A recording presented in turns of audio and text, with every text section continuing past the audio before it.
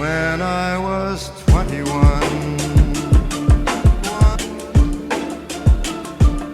What's going on, guys? Kooks46 here, bringing you a brand new episode of my MLB The Show 17 Dream Card series. This is a series where we talk about the cards that we absolutely need in MLB The Show 17. These are our dream cards.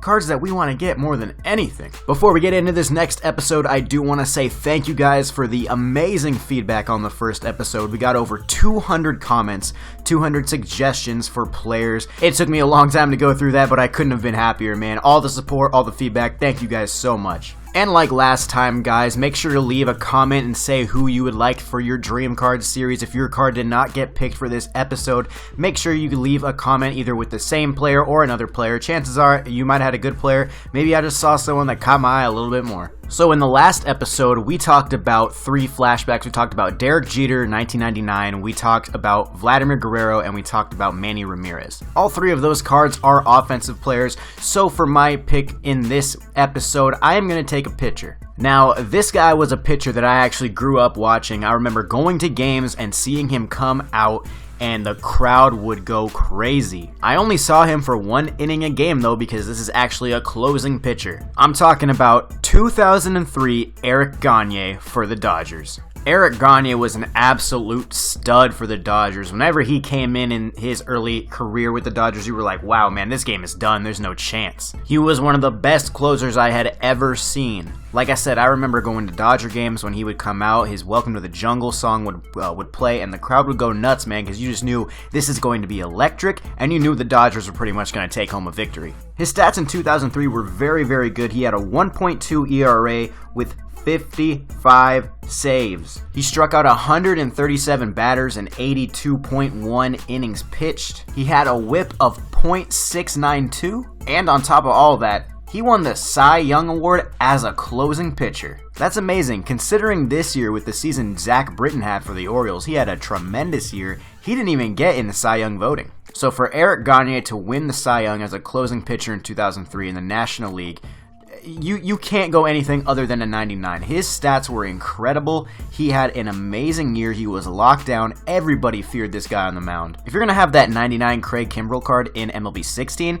you got to give Eric Gagne a 99 if we're going into MLB The Show 17. If you got this card in a Battle Royale draft, it would be very hard to pick against no matter what offensive player you see. If you see the 99 Gagne, you are going to be very, very tempted to choose that card, and that is saying something because Battle Royale is not necessarily all about the pitchers. So Eric Gagne is my pick for the dream card for this week. Now we're going to go ahead and get into the viewer suggestions. So the first suggestion comes from Something Epic 14. He comments, 2003 Vernon Wells was a beast that year. Now, to be honest, I had a bad taste in my mouth from Vernon Wells from him being on the Angels, how he pretty much just did nothing for them. As an Angels fan, it was very disappointing to watch.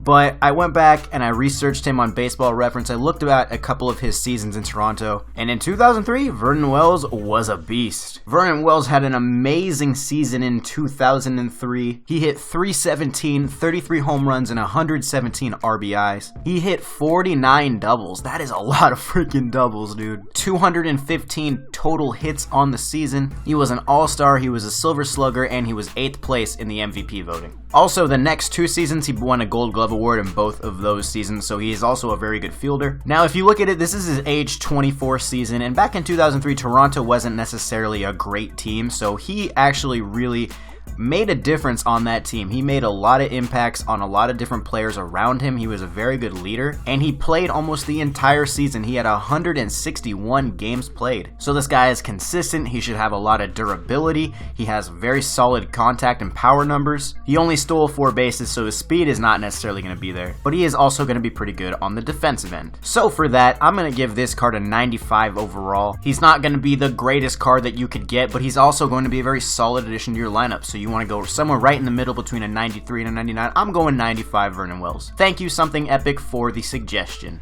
Now here we go with our second viewer pick of the week. This one by far was the most requested out of everything. There were a couple cards that got a couple of votes for it, like I had Mike Piazza get a couple votes. Frank Thomas had a few. But guys, by overwhelming demand,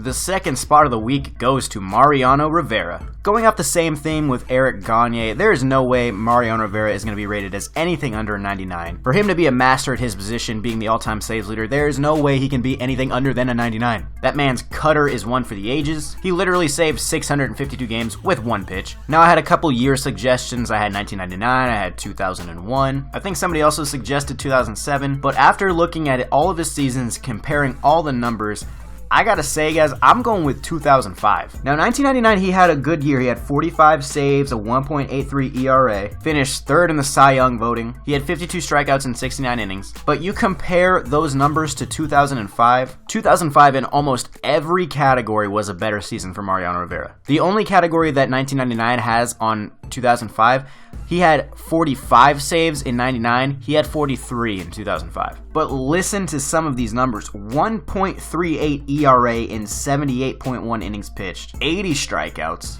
and a .86 whip.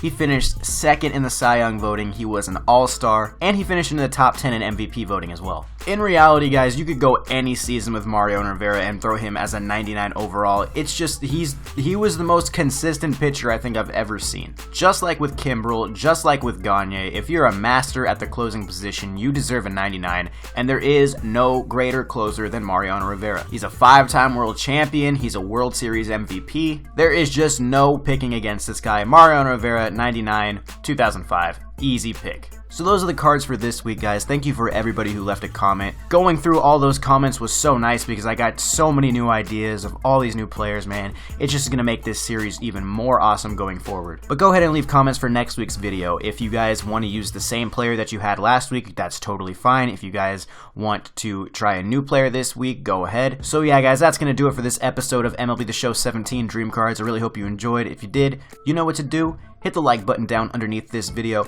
Make sure you guys subscribe so you never miss any episodes of MLB The Show 17 Dream Cards. And guys, that is all I have for you today, so I hope you enjoyed. And until the next video, I will see you later.